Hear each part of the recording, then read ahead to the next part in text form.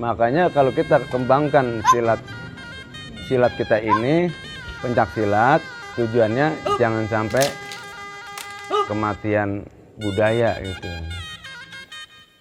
Kalau manusia itu jangan mau ditakutin, gitu.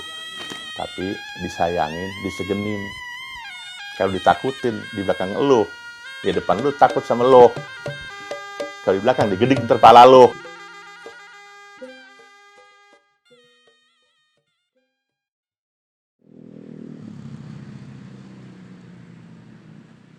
Kampung yang berada tepatnya di daerah Tambun Utara ini, di masa kelam sering mendapat julukan sebagai daerah hitamnya Kota Bekasi. Keakraban masyarakat sekitar dan masih adanya beberapa padepokan silat ini cukup menguatkan bahwa masih tingginya nilai-nilai kebudayaan di sana. Ya sebenarnya kalau golok itu kan lambang Kabupaten Bekasi.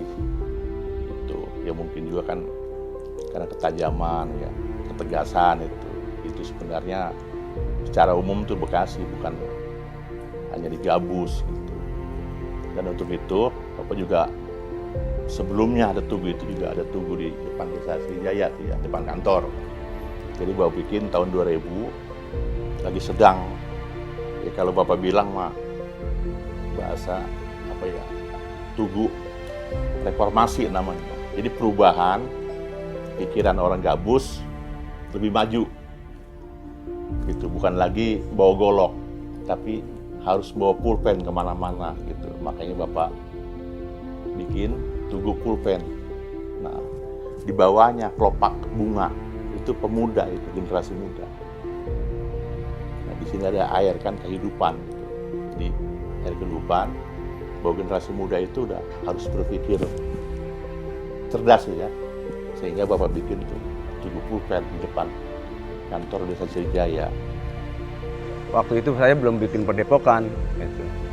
Karena saya pengen punya tempat, waktu itu ada murid ya, sekitar 20 orang.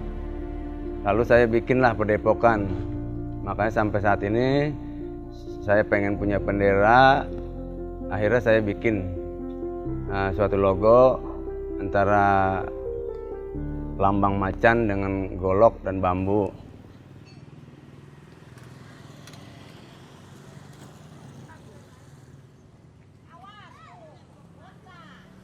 Nah, itulah mungkin ke apa ya,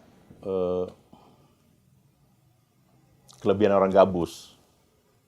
Jadi dimanapun kalau masih daerah Bekasi, bahkan luar Bekasi, di satu orang ada yang nyolek itu, ya terasa semua, bahasanya begitu. Kalau satu dipukul, kepukul semua. Itu kekompakannya di situ orang Gabus. Ya mungkin ya karena itu ya sedikit ditakutin orang luar kan, gitu. Jadi itulah yang sebenarnya menjadi kebanggaan. Ya sampai sekarang juga mungkin masih sebenarnya gitu. Cuman agak berkurang gitu.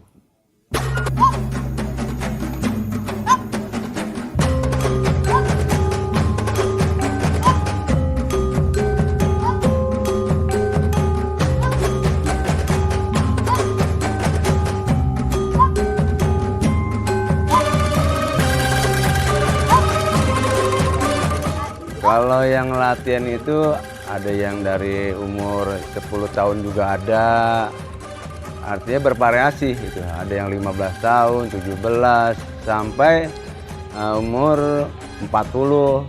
Ada yang umur 50 juga gitu.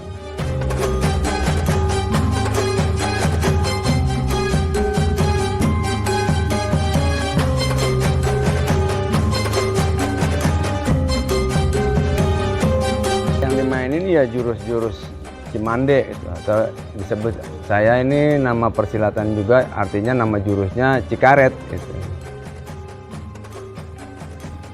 Diciptakanlah, didirikan itu patung yang namanya Lele Kecapi sebenarnya. Jadi itu beberapa kali tuh Bapak protes kan melalui surat, tapi nggak digubris.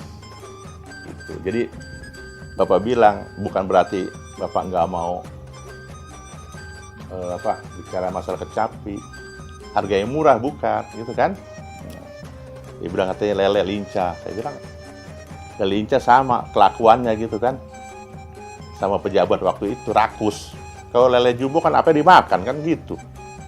Iya, nah itulah 2 kali Bapak kirim surat untuk dibongkar, nggak dibongkar. Nah, pada suatu kesempatan, itulah Bapak bakar gitu kan, dengan beberapa rekan waktu itu.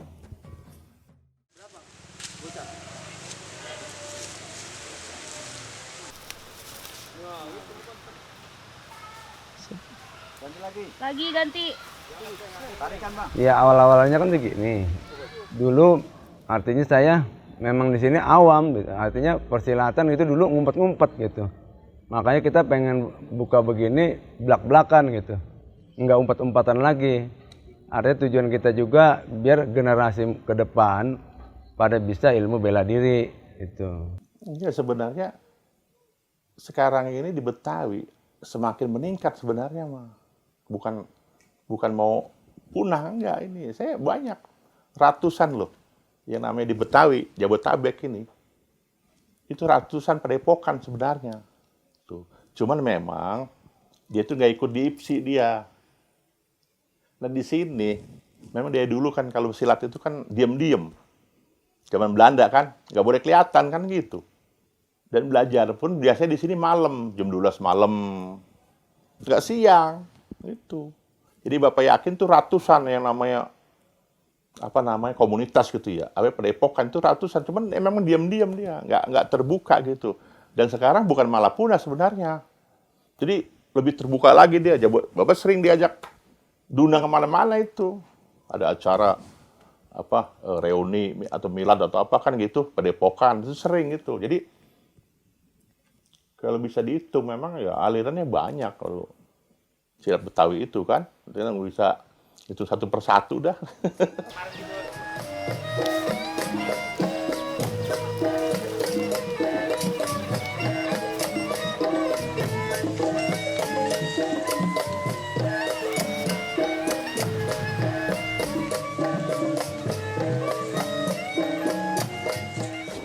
Ya, kita kan gini, artinya jangan sampai punah gitu. Jangan sampai punah, generasi kita ke depan itu anak-anak nggak tahu seni budaya. Gitu. Makanya kalau kita kembangkan silat kita ini, pencak silat, tujuannya jangan sampai kematian budaya gitu.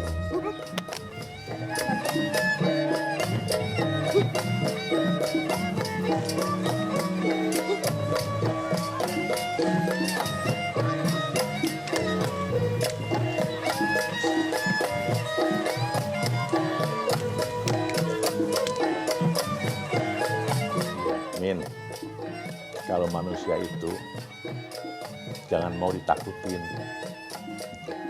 tapi disayangin, disegenin. Kalau ditakutin di belakang lo, di depan lo takut sama lo. Kalau di belakang digeding terpala lo. Ya harapan saya kan gini, buat generasi muda itu ke depan, bagaimana menciptakan yang terbaik untuk masa depannya, yaitu harus bisa memajukan seni-seni budaya gitu, jangan sampai hilang, jangan sampai punah.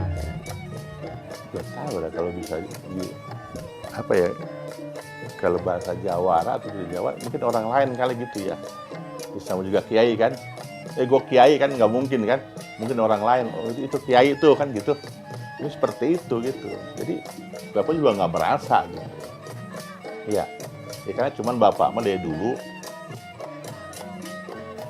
ya sebagai apapun kalau melihat tuh ketidakadilan di depan mata itu harus bertindak gitu.